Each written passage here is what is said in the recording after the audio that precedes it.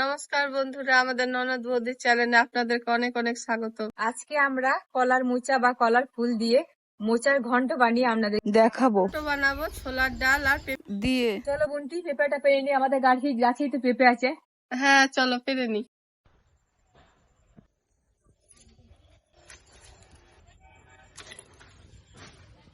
দেখুন পেঁপেটা কত বড়, 500 ওজন হয়ে যাবে। প্রথমে আমি মোচাটা আমি এবার ছাড়িয়ে নেব।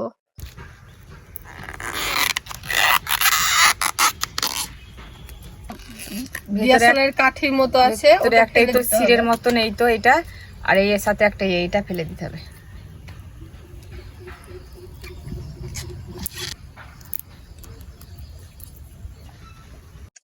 এই ফুলটা আর ছড়াতে হয় না, মানে ছড়াতে গেলে পুরোটাই বাদ হয়ে যাবে।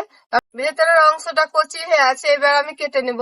আমি আর বাদ দেব না, জিরি জিরি ভাব করে কেটে নিতে হবে।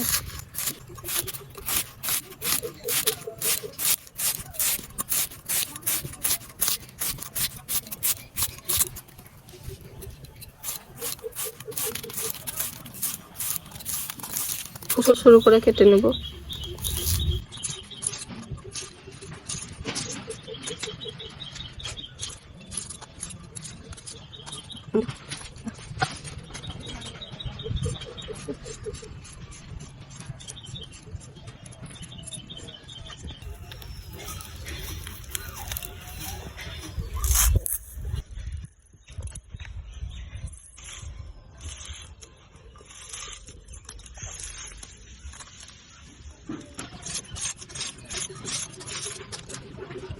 বৌদি, এবার মোচা কাটতে কাটতে তুমি বন্ধুদের উপকরণগুলো দেখিয়ে দাও। আমি উপকরণগুলো দেখিয়ে দিচ্ছি।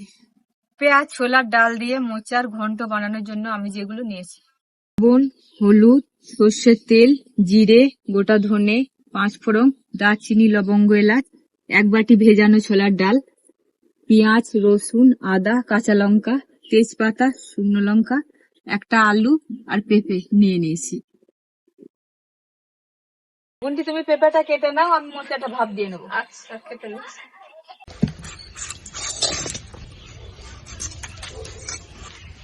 পেঁপেটা আমি ছোট ছোট সাইজ করে কাটবো, বড় কাটবো না। এইভাবে ছোট ছোট সাইজ করে কেটে নিতে হবে।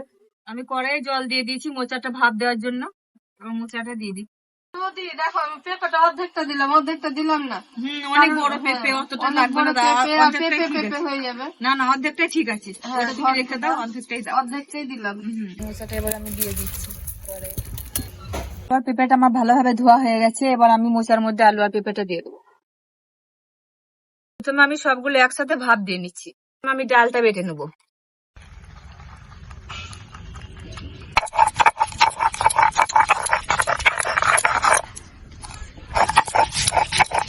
ডালটা আমার খুব ভালোভাবে বাটা হয়ে গেছে, এবার আমি উঠিয়ে নিচ্ছি। জিরে, ধনে, আদা, রসুন, লঙ্কা এগুলো সব আমি একসাথে বেটে নেব।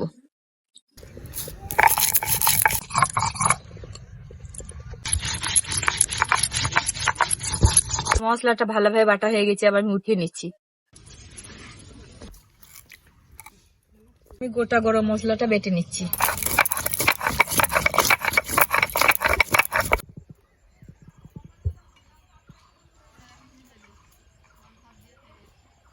আমার মোচাটা ভাপ দেওয়া হয়ে গেছে, এবার আমি ঢেলে নিচ্ছি।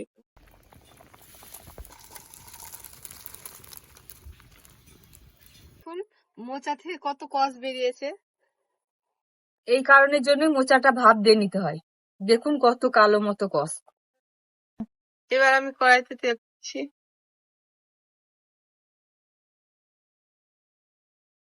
প্রথমে আমি 2টো তেজপাতা দিচ্ছি তেলে, 2টো শুকনো লঙ্কা, আর কিছু পরিমাণ দিয়ে দিচ্ছি 5 ফোড়ন।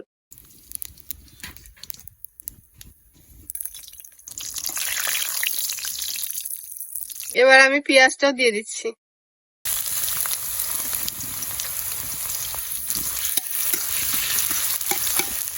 এবার আমি মশলাটা দিয়ে দিচ্ছি।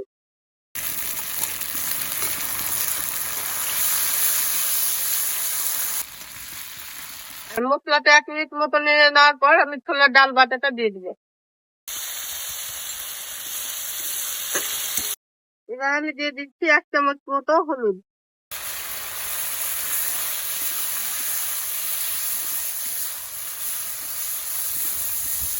দিয়ে দিচ্ছি পরিমাণ মতো লবণ।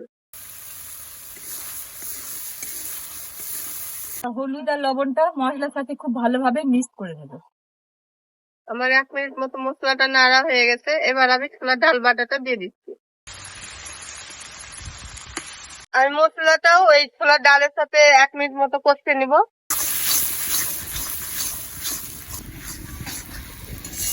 এবার আমি মোচা যে ভাপ দিয়ে রেখেছিল সেটাও আমি দিয়ে দিচ্ছি।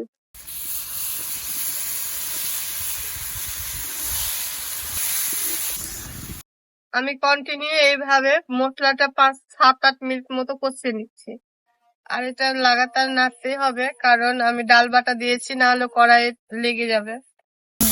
যেমন আমার মোচাটা সুন্দরভাবে কষানো হয়ে গেছে, ভীষণই সেন্টও আসছে। আমি দিয়ে দেবো পরিমাণ মতো জল।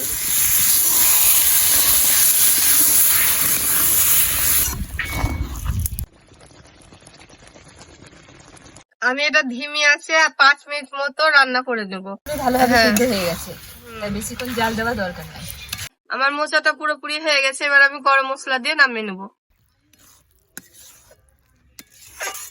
আমি পুরোপুরি বাটা গরম মশলাটা মিক্স করে নিলাম, এবার আমি নামিয়ে নিচ্ছি।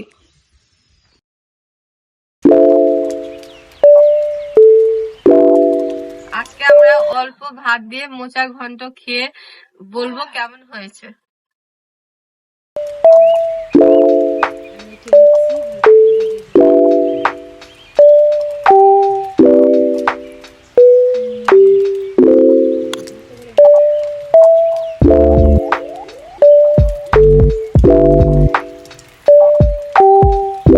দেখো তুমি খেয়ে কেমন হয়েছে।